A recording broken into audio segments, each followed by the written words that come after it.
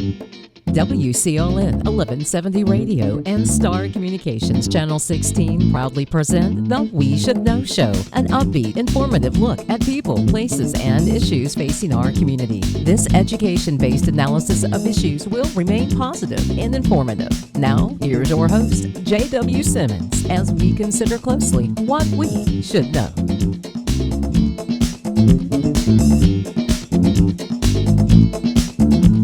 Ladies and gentlemen, welcome back. We Should Know is on the air. I want to thank you for being with us today. My name is J.W. Simmons. I'm your host, talking today, as usual, about a subject that you need to know more about, that We Should Know try to bring you these things on a regular weekly basis. There's one that we're talking about today probably as important as any of the shows we've done, and that's what happens with fires that occur in woodlands and woods, as we call it in eastern part of the state here. And we have with us the County Ranger, Forestry Service, and Cody Ake. You've got a heck of a background, man. You started out in Carteret County.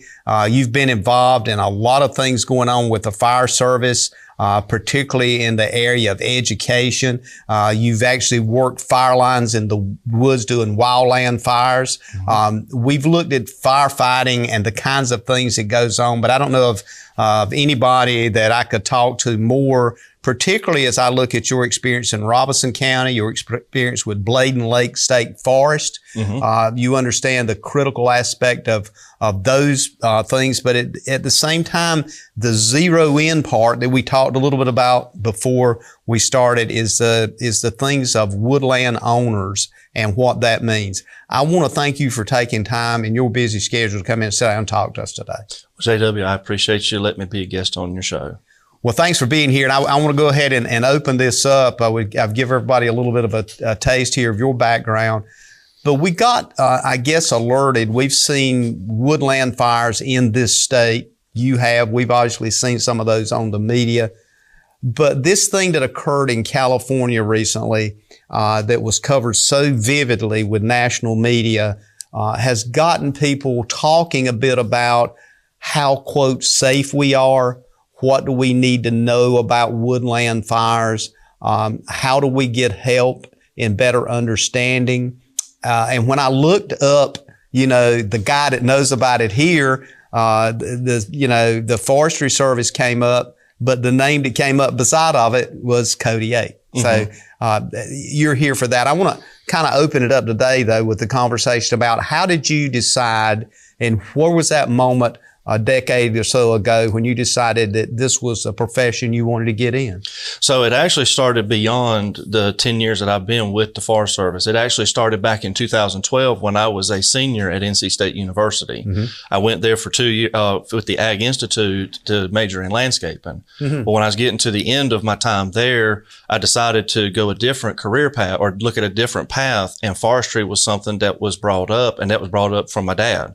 He had been with the Fire Service since over 30 years, being volunteer, and recently retired from the city of Fayetteville as a captain. And so he's kind of led me to the forestry side of things. And when I looked at it, it looked like something I wanted to do, and it looked like it was a lot of fun to be with. And 10 years later, I'm still having fun. Yeah, and it sounds like to me you've got not only the experience, but it's kind of like part of your bloodline.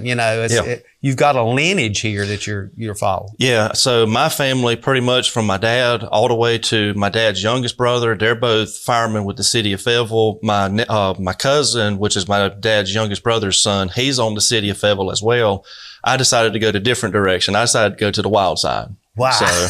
Well, hey, in this case, it's good for all of us you did, because we've got somebody here that's not only got the experience, but has been out there and seen some of these things and understand it. So let's just kind of start today with this whole idea of what you see that we don't when we look at what I call woods, which is a forest. But when I look at a patch of woods and I'm thinking, oh boy, that's a great looking piece of property, and there's a creek running through it, and it's everything looks tranquil and peace. Tell us what you're seeing that we don't. So I'll take a quote from one of my favorite movies. It's a really good movie if you've not seen it. Only the Brave. Josh Brolin plays what's called the supervisor. They call him Soup on it. He takes them up there on there doing their PT. They go up on a ridge and they look out and you just see this pretty luscious landscape. I mean, there's trees all over the place. Mm-hmm. And he says, you see this landscape? He said, look at it now. It's all beautiful.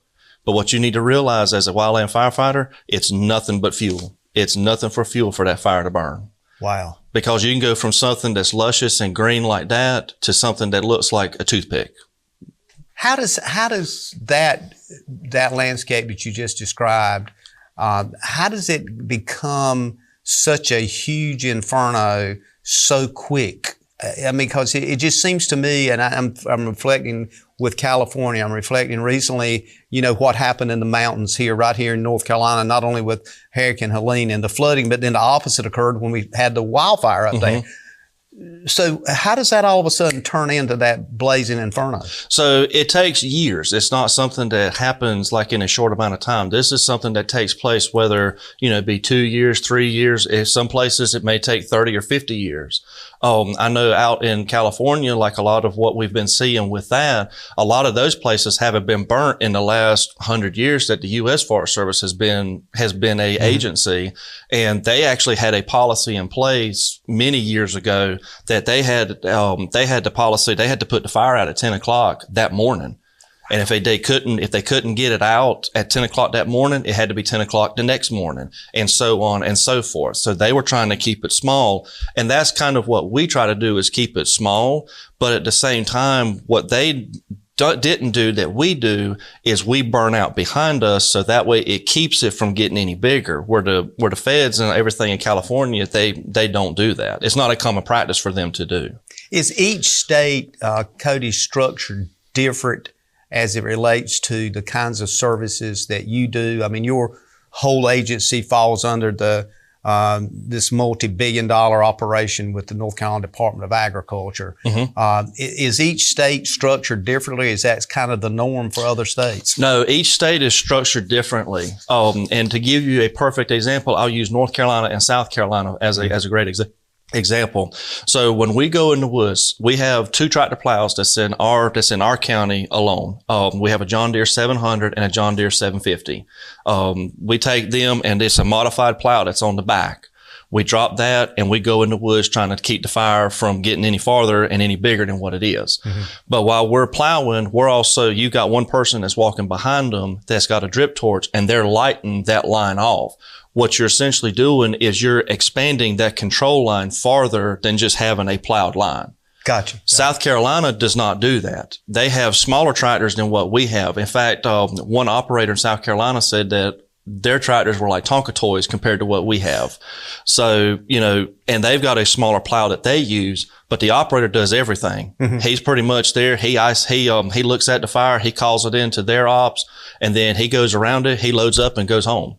Where we've got at least 2 or 3 people that's on the ground with us. And with that, it's more of a safety reason. So that way, if something jumps over the line, the back person or crewman can watch it and be like, hey, we've got a spot that we got to go catch. And it's easier to go catch it when somebody sees it right then instead of, an hour or so later. I want to seize this moment of what you just said, because it struck me that there's the potential when you guys are out there, and this is a real woodland wildland fire, if you want to call it that, there's the potential that you could end up as charred like the limbs and trees. That's right. I mean, there's some science behind that. I mean, if you get in there in the wrong place, there could be no way out, because it's not like you got a fire hydrant close by and, you can just, have ample water. That's right. And a prime example of that in that same movie, Only the Brave, that's what happened to those 19 guys. They had one guy that stood out as a lookout. He was trying to make sure the weather conditions and all were right. They wound up leaving a place that they were safe at and went down to try to protect houses. Well, the fire got there faster than they could get there. It killed all 19 of them. Wow. So was that based on a true story? That is based on a true story. Unbelievable. That is based on a true story. So that's almost a nightmare situation when you look at it from your profession and what you do, which very quickly is the obvious question. There's extensive training and education required to be able to do the job you do. That's correct. There's very extensive training that we do. And it's not, it's specialized to put us in those situations. So that way, if we can learn it in a controlled environment, we can take it from that aspect and put it to real world situations. The application of that knowledge over the years seems to be changing. And you mentioned the size of the equipment, the type of equipment, how you approach that. That's always been kind of fascinating to me, that every time I talk to guys like you that's in the fire service business, there's always another piece of something that's happened that creates a different kind of way you approach things. Mm-hmm. And one of the things that we're looking at, if we go to a fire, one thing I'm looking at is the access, because I've got a tractor trailer with a 53-foot trailer on the back. So I've got to find a way to be able to unload him, whether it's in a freshly plowed field, one that's just been harvested, and really with that, it's just so that way he can make his big turnaround, because it's hard to turn one of them things in a small, narrow area. Especially one that size. Yes. So, and that's the thing that I'm having to look at, is trying to find a place to put him at, and then where am I going to put him at? And if we're in a place that's next to houses, one hazard I got to look for, where's the septic tank at? Because I don't want to run over a septic tank and him bust in, fall in with it. Yeah. Because that would be a bad situation. Yeah, the equipment then is no good. Plus the homeowner, you got an issue and those kinds of things. Oh yeah. There's so many pieces to this. As we go to break here in just a minute, but I want to continue this thread of thought on the approach, how you recognize the fire. And I know we've got fire towers. I understand that, but oftentimes you might not see that fire from a fire tower. There's just so many pieces here I want to get in, and we got little time to do it. So as we go to break, again, I want to kind of remind folks that we're talking about fires from a different strategy point than we have the past, as far as, folks that deal with structure fires and buildings and that kind of thing. We're talking about what we refer to, in many people in North Carolina, as the woods. The Forestry Service looks at it as a huge landscape. So when we come back, I want to touch on that. I want to get into not only the responsibility of that, but the magnitude of what could happen and some possibilities that you see maybe that we don't on a regular basis, and how you have already planned to approach it. Ladies and gentlemen, we'll be back in a moment. We're talking with computer viruses, malware, and ransomware are out there. They're dangerous, and they can steal your identity and damage your equipment. Star Communications is now offering Protect IQ. The service adds an extra layer of protection to every device connected to your network, working quietly in the background. Star can help you protect yourself from the inside out with Protect IQ. Call Star today and take advantage of this free service when you sign up for whole home Wi-Fi with Star Communications.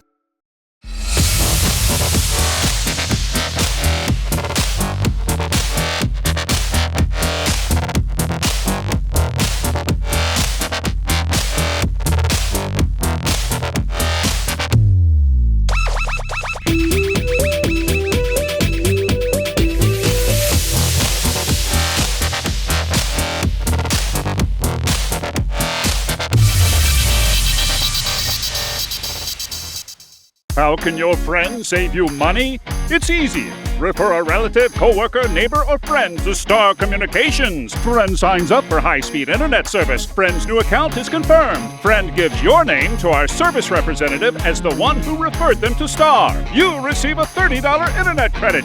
It's just that simple. And even better, receive a $30 internet credit for every referral that results in a new confirmed account. High-speed internet from Star Communications. Refer a friend today. Welcome to Cork and Brew Roseboro, where you can enjoy your favorite coffee, fraps, smoothies, bakery items, sandwiches, and select beer and wines while reconnecting with friends and family. Sit down and enjoy the experience. Come on by and give us a try. Armed away. Please exit now.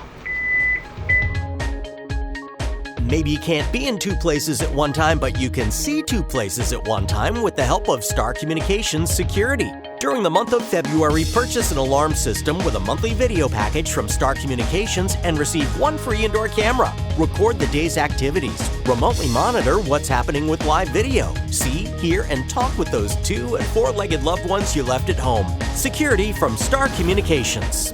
Ladies and gentlemen, welcome back. We Should Know is on there. J.W. Simmons, your host. As we go on to the second part of the show today, I want to kind of share a quote with you. The forest producer industry in North Carolina is the largest manufacturing business sector in the state, contributing approximately And this is number, Cody, is interesting, contributing $34.9 billion annually to the state's economy and providing around 148,000 jobs for North Carolinians. When I look at those numbers and I think about the job you do as a county ranger, you can say, well, that's a small piece of it, but that's a small piece of a huge economic impact for the state of North Carolina. When you look at it as a ranger, what a wildfire can do is destroy a huge part of a multi-billion-dollar industry right here in North Carolina. And it can. I mean, it can take it, and it takes no time. It takes no time for a fire to destroy it. And that's one of the reasons why with us, that's why we are a service for the public. So that way we can educate them, be able to do some kind of prescribed burning to help them. So that way they can clean out everything underneath it. So it mitigates the fact of a wildfire taking place. And that's one of the services that we do offer to try to help. We can either educate them or we can come out and do it for them as well. How often should somebody call you and say, Cody, I'd like for you to, if you get a chance, come by and take a look at my woodland property, or even if you think you don't fit the description of woodland, maybe you've got a half acre, maybe you got a house in a wooded area. Is that appropriate for folks to say, look, could you come by and give me some ideas? Am I okay? Or should they be afraid, well, if you come by and look, you're going to say, look, as kind of an officer of the state here, I'm telling you, you're going to do this. If you don't get it done within X number of months, you're in trouble. How should they look at that? No, they shouldn't look at it, because anything we give is a recommendation. It's not like set in stone as like you should do this. We just give a recommendation of what the landowner or homeowner needs to do. And it can be anywhere. It could be from as small as just a simple tree in your yard to as big as, the biggest landowners we have 6,000 acres. So, we can go from small to huge. 6,000 acres is a lot of acres. That's a lot of land. But the thing is, it also adds to as we just noticed here, as far as the numbers and the billions as an economic industry, and the different kinds of plants that's in that forest makes a big difference. It does. And for down here in Sampson, and for most of the southeast North Carolina, we're the biggest pine producers. And that's what everything from I'd say probably east of 95 all the way down to the coast is nothing but pine. When you get west of 95 going back towards the mountains, it's mostly hardwood that you're looking at. And the reason why is because the hardwood is more valuable than a pine is. But at the same time though, what's most of the fluff that's in baby diapers? What's it made out of? It's made of pine. Yeah, same thing for that's same like for the feminine, the feminine materials that they use, stuff like that. Even the gum, chewing gum, is made from sap of trees. Wow. So, and that's what the Egyptians or somebody like that, that's what they found out is when they got the tar out of the tree, that's what they would sit there and chew on was the tar, was that sap. So not only is there current day use, but there's a historical reference to a lot of this is the way we came about it as a society. In fact, another way that tar was used back in the time with the colonial period was they had tar pits that they would use to be able to waterproof all the boats for the King's Empire. The interesting thing with pine trees versus hardwoods, is there a greater burn situation if you do have a fire? Does pine trees burn quicker than hardwoods? If I'm looking at replenishing of property or planting a tree, is there a certain species of tree I should plant? So that's going to depend all up to the soil type. And so basically what kind of ground that you have is going to depend on whether, a pine tree is going to go better or a hardwood grows better. A lot of times, and this is 90% of the time in Sampson, we're planting pine. So that goes from loblolly and longleaf pine. If it's a wet area, then you can have pretty much like your your yellow poplars would be better for that because of the fact, and you would also have bald cypress because they can grow in wetter areas compared to like a pine tree. The only difference is if you're looking at it from a income and from a resource standpoint of for a landowner, you're going to get more money out of your pines than you are your hardwoods. And the reason I say that is because your hardwoods can take anywhere between 50 to 100 years to get up to what we consider financial maturity. And that's just where you can go in and cut it and make money off of it. A loblolly pine goes anywhere between 35 and 40 years to reach that same maturity, where a longleaf will just double it. It goes 75 to 80. Wow. So when you look at a lot of the hardwoods, you're looking at 2 or 3 generations of a family for it to even get big enough to cut for financial reasons, which then circles us back to the cost of actually maintaining a woodland property. That's pretty serious when you go out to talk to someone, you say, look, this needs to be done. And the first thing that hits their mind is, well, I wish you'd start tomorrow. And you're going, listen, I ain't starting because somebody's got to come here. It's going to cost to do it. And all of that varies. It varies depending on the different practice that you have. I know the biggest expense that a lot of people have when they're going through, they've just cleared an area out. They're doing what's called site preparation work to it. And what that is that's taking everything that's there. And that could be anything from doing herbicide spraying. That could be doing bedding. If it's a wet area, you do, like farming, you're putting beds up. Well, this is actually pulling the dirt up so that when the trees go in, their feet don't get wet. And when I say feet, I mean roots. And that's, there's stuff like that. You can also put windrows in, and that pretty much kind of is the same thing, but not as efficient as the bedding. But all of that comes at a cost. And normally for that, you're looking at anywhere between, let's say, $140 an acre to upwards of maybe $250 an acre, depending on the practice that you're doing. Wow. So, but when you think about it and just listen to those numbers, say $250 or even $300 an acre, if you have that done and you have the security then or greater security that you're not going to be impacted by a major fire around your home or around buildings you own, that seems to be reasonable in a way to do. And it is reasonable. It is. And people that are very serious about it, that want to leave it for their grandchildren, their children, they'll take the time and actually do it. And a lot of people may not have the money to do it, but what they can do is we have a cost share program that we actually help the landowners with. So what it does is the landowner goes in and they pay for all the work up front. And then once everything's done, the bills come to me. I send them up to our district office in Fayetteville, and then it goes to Raleigh for our central office. Then what it is they see it, they approve it, write a check, and mail it back to the landowner.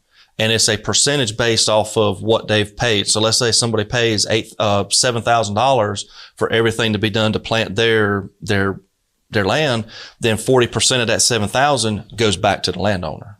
So they end up in almost a half and half situation. Right. That's exactly right. So that's huge. But the projects of that nature that we're talking about, folks listening or watching today, and they say, well, that sounds good, but I'm going to have a little more detail. Before I spend $5, $6, $7, $8, $10,000 to do this, they can call you and you can sit down with them and actually go through that process. Oh yeah. Our office is open from 8 to 5 Monday through Friday. They can call the office, and if they want to either talk by phone or come to the office, we're always there and always ready to help them.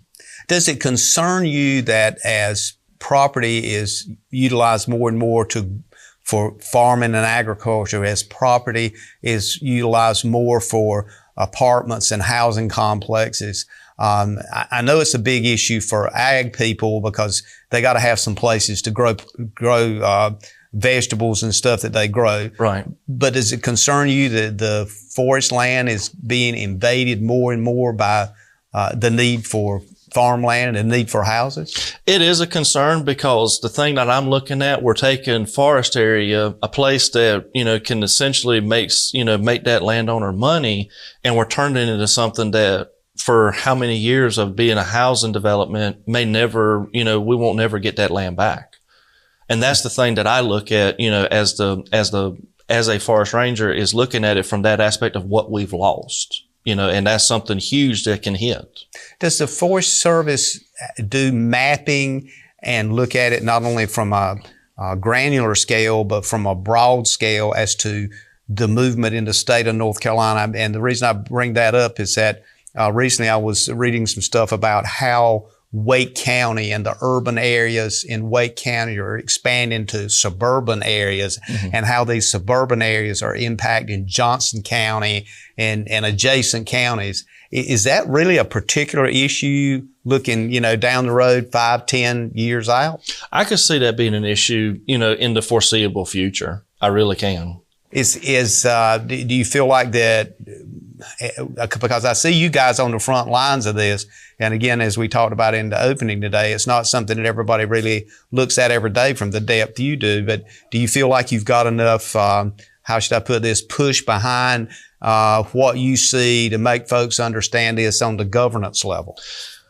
I think there could be more to try to help us be able to get it out there, because a lot of people just don't know. And a lot of people sometimes may show ignorance in a way of what they might not see. And so if we can go and try to educate them and try to tell them like, hey, this is, if you do it this way, you're going to lose that essential need that we're looking for.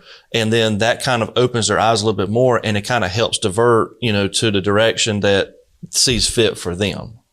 And the other side of it, when we come back from break, is I want to get into a bit of something that I've looked at, and when I saw the word, I thought, what in the world? But the word is called invasive, and behind it is species. Invasive species. And I'm thinking, what in the world is that? And then I discovered that's a real big issue with Forest Service. So when we come back, let's touch on that. All right. Ladies and gentlemen, stay tuned. We'll be back in a moment. We're talking about everything related to the woods, or the forest, as you will. At Fisher's, it's not just about fashion. It's about exceptional service. Experience top-notch customer care and find your perfect look. Visit Fisher's today and feel the difference. Experiencing slow internet? If you have a fast internet package, the problem is most likely your wireless router. With more devices using Wi-Fi, your wireless router may not be able to deliver the speed and coverage you need. We now have the leading solution to enhance your internet experience. Using small devices in a mesh network, these Wi-Fi appliances cover just about any size home, so that all your devices can operate to their fullest potential. Whole home Wi-Fi from Star Communications. Get the most out of your internet connection. If you run a business, you need sales. To get sales, you need customers. To get customers, you need exposure. Let our team of experts craft and produce the perfect video ad to reach your intended audience while making the most of your advertising dollars. Call 1-800-706-6538 or visit starcom.net to contact our Star Communications production team and get your business moving to the next level. The average American household has 17 devices connected to the internet. With more and more devices able to get online, you may need to increase your internet speed. Call Star Communications today and let us help you select the package that's right for you.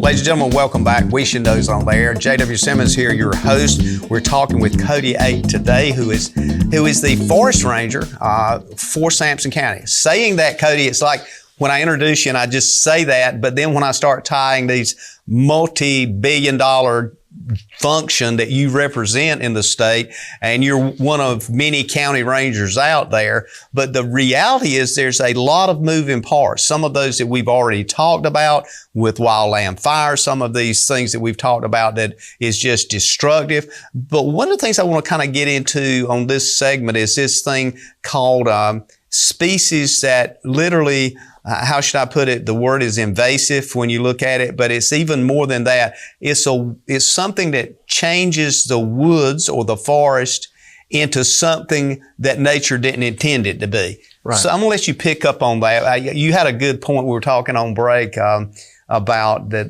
folks may remember, but tell us what that is and why we should be concerned about that. Sure. So invasive species is anything that's brought over that's not native to North Carolina or native to the U.S. as an entire whole. It's brought over from places like Asia or brought over from the UK, not UK, but like Europe, Russia, all of those places. It's brought over, and a lot of times, a lot of it's by accident. A lot of it is because of the shipping crates that's coming in. Some stuff they're putting in, it's on it. That's how most of our invasive insects come over, is from on the shipping crates, because they attach to something that's there, sail across, and then all of a sudden, lo and behold, they show up. But the one species that's invasive that a lot of people I think might remember is the kudzu that we had. The reason why is because it was brought all the way over from, I believe it was China or Japan, somewhere in that area. It was brought over here for the main reason of helping erosion with all of the road work that was taking place. And so with that, what happened is that it was not known at the time, but after further research came into play, they found out that kudzu grows a foot a day. So, I mean, you're looking at, in a month's time span, you're looking at something that may have went maybe a foot to start with. Now it's 31 feet long. So, I mean, in the way that also takes place, let's go back to the fire side of things. So now if all of that is going into the woods, that's something else that we've got to keep in mind, is because, again, kudzu burns just like pine straw and hardwood leaves. And the reality for that is it literally during that period of time, thank goodness it's, we kind of got it beaten down now, but during that period of time, it was literally taking over streaks of woodland. It was. And it killed the trees. It did kill them. And for people that don't know, what a vine will do is it'll literally, I'm going to use my arm for those that are watching. So what'll happen is a vine will actually wrap around the tree. It'll wrap around it entirely, and it's just strangling it. It's just basically just strangling it, like you would take somebody and strangle on their throat.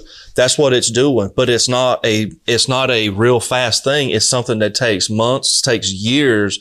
And as you start noticing the decline of the tree, well, the vine's already done its job. Wow. And the fortunate part of that's been somewhat eradicated. The other part is that some of the invasive species came in, and you mentioned your initial career path was in landscaping, but was brought in with landscapers some years ago. One of those being the Bradford pear tree, which is a beautiful flowering tree. And you look at it and you go, wow, this is outstanding. I'm glad I planted that. And then you discover, I've got an invasive species. What about folks that's got those?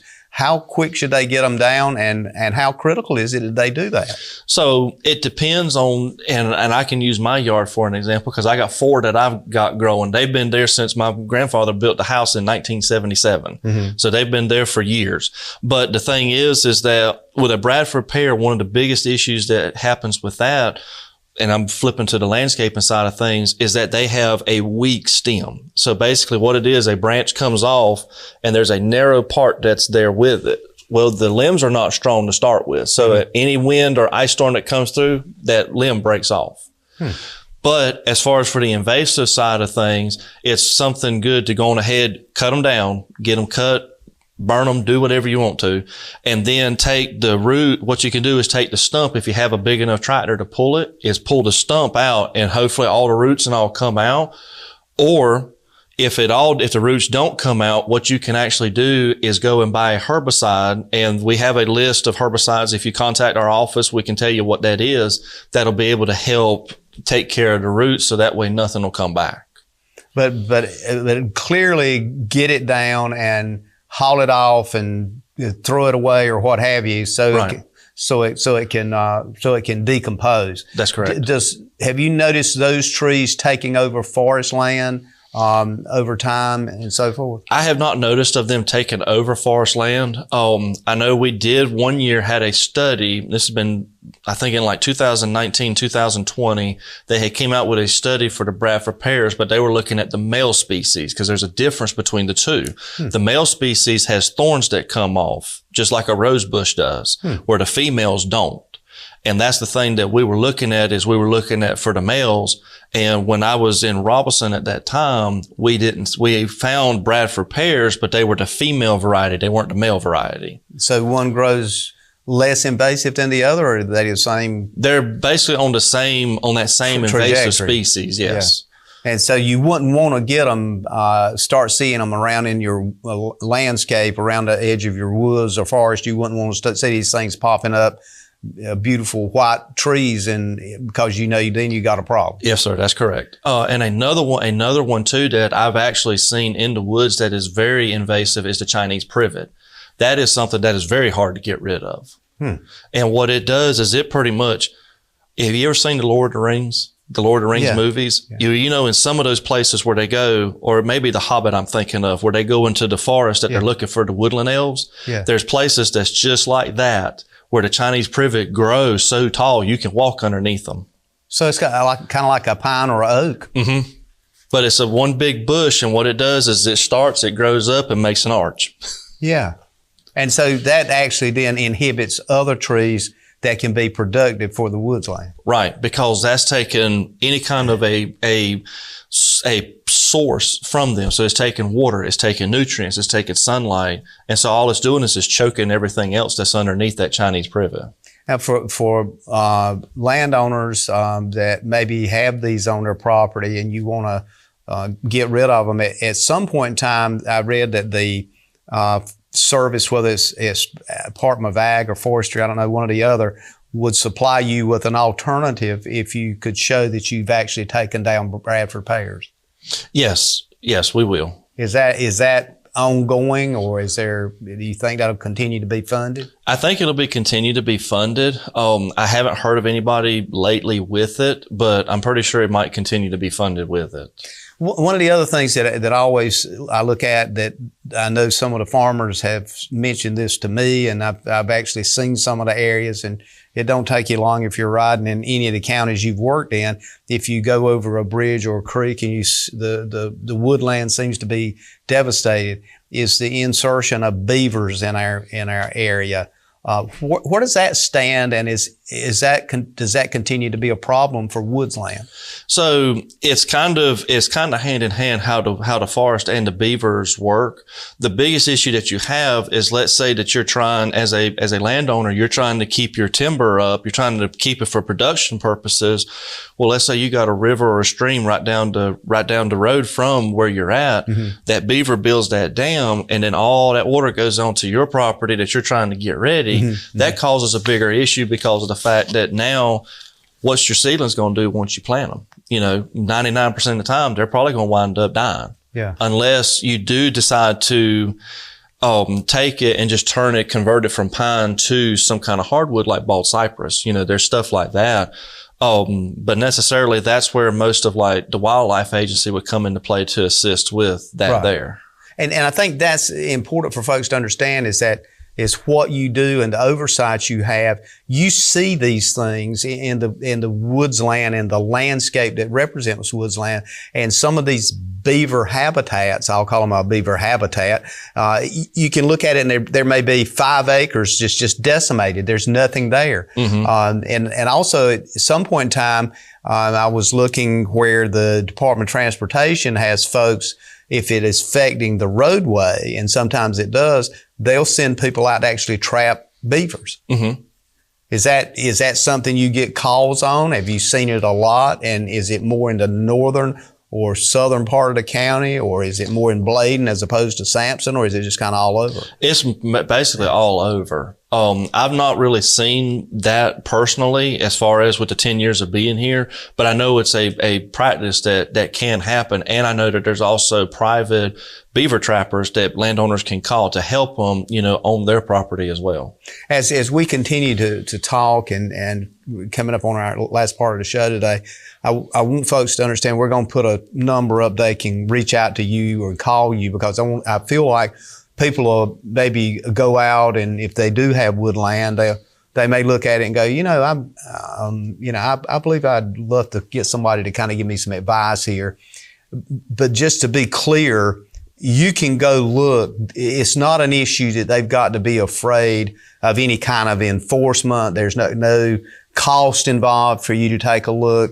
That's something you readily do on a daily basis. Yes, sir. That is something we do readily on a daily basis. Any county in the state, does every county in the state have folks like you? Yes. Yes, all 100 counties have folks just like me. And so they really need to investigate this. And simply because I'll refer back to that multi-billion-dollar quote that I read, this is a huge deal. And once one of these fires gets out, as we go to break here, as one of these fires gets out, it really is going to affect not only the economy for that particular area or that landowner, but it's going to impact the economy in the state. Correct. Yes. We're going to take a quick break, Cody, and come back. Ladies and gentlemen, I want you to stay with us. We're coming up on the last part of the show, but I want to remind you, if you would please continue to send us your emails to weshouldknowedu@gmail.com and drop us a card or note to Post Office Box 1482, Clinton, North Carolina. We'll be back in a moment to continue our conversation with Cody Ake about the Forestry Service. Providing fewer commutes, more backyard offices, and crystal clear meetings. Providing less, you froze up, and more presence in your presentations. Providing a better internet experience. Providing possible. Armed away. Please exit now. Maybe you can't be in two places at one time, but you can see two places at one time with the help of Star Communications Security. During the month of February, purchase an alarm system with a monthly video package from Star Communications and receive one free indoor camera. Record the day's activities. Remotely monitor what's happening with live video. See, hear, and talk with those 2- and 4-legged loved ones you left at home. Security from Star Communications. At the Reedy Mark, we take pride in a unique, distinguished customer experience. We specialize in handcrafted cocktails, allocated bourbons, as well as gourmet signature food items exclusive to our menu at the Reedy Mark in Roseboro. Hey guys, Sydney and Jesse here from At the Table. Are you enjoying the show? We want to hear from you. We have a quick survey where you can tell us things you've learned, recipes you've tried, and how the show has impacted you. You'll be entered into a grand prize drawing. Check out our link or scan the QR code for more info. Thank you for tuning in and cooking with us at the table. Ladies and gentlemen, welcome back. We're talking with Cody Ake, who is the Forest Ranger for Sampson County. Been in multiple counties in the state. Cody, when you look at the Forest Service, you've had experience and you've seen it from the coast up to Bladen to Robeson County and Sampson County. You come from a family that's in the fire service business, but you decided to get into woods to do your fire service business. And so this particular comment on the last part of the show today, I want to make sure we're covering all the bases. You've seen, and not only from your eyes, but from the eyes of your colleagues as well, challenges that you've had to face. Tell us some of the challenges that you look at now, what you maybe see for the future, some of those challenges that you had the unfortunate opportunity, should I say, to be in, and some of those you actually you found yourself with some injuries trying to fight wildland fires. So let us understand kind of where those challenges are and kind of look through your eyes for a few minutes about what you maybe concern you the most. Sure. So one of the things that I look at as far as from the county side of things is that, not everything is woods anymore. We're starting to go from considering woodland to what's called we call it WUI for short, but it's the Wildland Urban Interface. Mm-hmm. That's what it stands for. And it's basically, that adds a challenge to us because, as we're fighting fire, we've got to take more in. We just don't go to a place that has no houses around it. Yep, we can unload in the road, take a tractor, go right around it and be done with it. Mm-hmm. No, we've got to look at, okay, so where's the septic tank at? Where's the LP tanks? Where's all these utilities? Because we just don't want to drop somewhere and then we mess somebody's water line up, or we don't want to mess somebody's internet up. Heaven forbid we don't want to hit a power line that's underneath the ground, because that would be electrifying. Yeah. So that's kind of the challenges I see with that. But for more on the statewide of the issues that we're facing statewide is we've got an excessive amount of vacancies that's open. And for the Forest Service, we have 3 regions, and in those regions are what's called districts. And there's 13 districts all across North Carolina. We're in what's called District 6. And our region is Region 2. It's kind of like the Piedmont region. The problems that we're facing is we've got so many vacancies that's there. We've got 35 vacancies across all 3 of the districts, or all 3 of the regions. So now you're looking at what we're supposed to have 800 people in the Forest Service that's got a job that we have to do. You take 35 or 100 of those, now we're down to 700. And then as people retire, well, that's more vacancies that's coming open. We can fill those positions, but the problem is people are not staying. They maybe stayed with us for 2 years and then wind up looking for something better, or they may not want to do it at all. I've seen guys that have stayed for 2 years, left, go to the feds, and it's just a training ground is what we have basically. Do you think that vacancy issue and demand is a financial thing, or do you think people get into it and then discover this is just not for me, or is the work so intense and the danger involved in it? It takes a person with a certain amount of courage and bravery to actually get out there and do it. So it takes actually all 3 of those things that you mentioned. It's a combination of all 3 of them combined. So it's basically, like for an example, we get a brand new assistant county ranger, ACR for short. He comes in with a 2-year degree. He starts with us. He's at $39,115. That's his starting salary right out of school. We've hired people that's had 4-year degrees that's had the same thing. $39,115 is their starting salary. Well, the problem is that financial side of things, we're also having them move to a county. Well, depending on where you're moving at, that's going to depend on your rent. That's going to depend on if you're buying something, so you're looking at, that $39,115, you're breaking it down monthly. Are you going to be able to survive on a month with just that salary? Or is there something that you can do maybe better? And that's the problem that's looked at with that. The other side is people come in, they see what we do, and then it's like, nope, I don't want no part of it. I want out.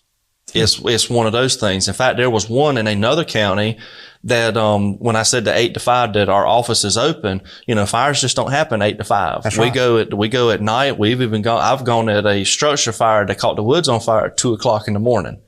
Wow. So, I mean, it's not a fire is something that's not predictable. So you could be called out at any time is what you're saying. Right. Yeah. Kind of 24/7. 24/7 type of thing.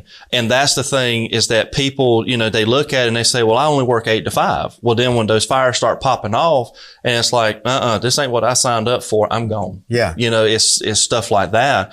And then the other flip side to it is it does take a special person to do it because you're sacrificing a lot. I know when I was in Robinson, I think me and you talked off of the air. We had 1 year that we did, and we go by fiscal year. So that's July 1st to June 30th.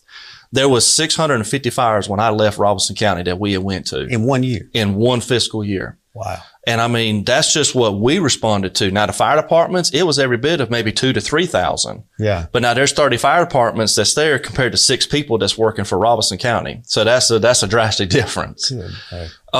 But it takes a special person, and I got burnt that same year, but at the same time, I went right back doing what I love to do. And it takes that special situation person. that you were in that you described to me, you were very fortunate that you didn't come out of that with a much worse situation. And it really could have been a lot worse because the whole time I'm sitting there the whole time I'm walking out, I'm thinking, okay, when am I almost there? Am I almost there? And the next thing I'm thinking of, am I going to die right here in this line? That was what was going through my mind. Is it to give folks a kind of a mental picture when you are fighting a woodland fire like that and you're out there? How critical is it to know that you have other people around you and that they are, for lack of a better phrase here, they're watching your back to make sure that landscape is not fixing to engulf every one of you and consume you in that fire. And that's a real concern, isn't it? It is a real concern. And that's why we go through the extensive training. So that way we can look at these different things, because just like before, just like I said in the movie Only the Brave, it takes somebody getting killed or somebody getting hurt to learn from that. And that's the unfortunate thing about not just the wildland side of things, but also the structural side of things. You know, somebody has to get hurt or to get killed in order for something to change. And that's just a sad reality of it. We're in an age in which technology and various aspects of utilizing different kinds of equipment is making a difference. When we look at things like drones, when we look at topographical technology, computerization, where you can look at depths and the movement in land mass, how important has that been to you over the past decade, and how has it improved your job function? So it's actually improved quite a bit. It's actually improved. And what we do is we actually have scout planes when we're on a fire that actually help to be able to tell us where those features are. So let's say we're going someplace that has a stream going through it, like a small creek or something. We can't see that on an aerial photo. Right. But if we have that scout plane flying over, or here in Sampson, we're fortunate that the fire marshal's office, when we call them for a drone, they come out there and they help us, and they're able to see that, and they're actually able to get closer into the woods of where we are. So that way they can be able to say, hey, just letting you know, about 100 foot away, you got you a small water body that's there. You might want to think about trying to go back around and get away from it so our dozers don't get stuck. And those aquifers that exist in the state, those water places, are they mapped out? Do you know already where they're at? So a lot of times they're not even mapped out. So on your topographic maps, or even your soil survey maps, they're looking more for like what's considered like blue line streams, and that's something that has water that's in it. And those like little places sometimes are missed, and they're not even show up on there. Let's talk about just a couple quick here takeaways. For me, the takeaway is that if you own land that has trees on it, you're in a neighborhood that has trees, you need to know Cody Ake. Yes. Give us your takeaway. So my takeaway is that when I get done and I help somebody, it's more along the lines of, I feel like I've done my job into trying to educate the public as to the benefits that they didn't think about when they first called me. I want to take an opportunity here to just really express my appreciation for what you guys do, and males and females that work in this industry, and to encourage people to call you. Where should they call, and what's the best number to get up with you? So they can call our office, and our office is on our address is 116 Smoky Lane, Clinton, North Carolina. So anybody in Sampson that wants to come see us, you're more than welcome to. We can give you a tour. If you're looking at coming to get stuff for your forest management, we can help you with that. Our office number is area code 910-592-4515. 4515. If you want to go see, you've got the address, and there is a fire tower here in the county right on, correct? There is, and that is the last one is at our office. Is that manned regularly? It is not manned at all. It's not manned at all, but it's there in case you need to get up there and look at a larger view. But then again, technology's taken over because you can put a plane in there. Mm-hmm. Well, and technology's taken over because what do we carry on our pocket every day? We carry a cell phone. Exactly. Exactly. So I want to thank you for being here. And ladies and gentlemen, if you did not know Cody Ake, and you hadn't had a fire, you probably don't, but this is the guy that you need to talk to before you have a woodland fire, that can minimize not only the cost, but the life-saving aspect that you can do now in a preventative capacity. Cody, thank you for being with us, and we look forward to maybe coming back and keeping us updated on what's happening in your industry, and help us better understand what we can do as just citizens out there every day that maybe don't think about the woods unless somebody sees a bear. That's right. Yes, Other than that, again, thank you for being with us. Well, ladies and gentlemen, thank you for being with us today. We look forward to seeing you each and every week here, bringing you information and education about things that touch your life, about things that maybe involve you and you didn't expect to be involved in it, but it's touching you each and every week. And we want to make sure that we hear from you. So again, thank you for seeing me out there and mentioning a show you'd like to see, or maybe something I need to look at. And I look forward to seeing you again right here on We Should Know. And as always, when we close the show each week, may God bless. Thank you for tuning in to this week's episode of We Should Know with host J.W. Simmons. If you have a question, comment, or suggestion regarding this or any episode, please send your emails to weshouldknowedu@gmail.com. And remember to tune in every Tuesday at 2:30 for another informative episode of We Should Know.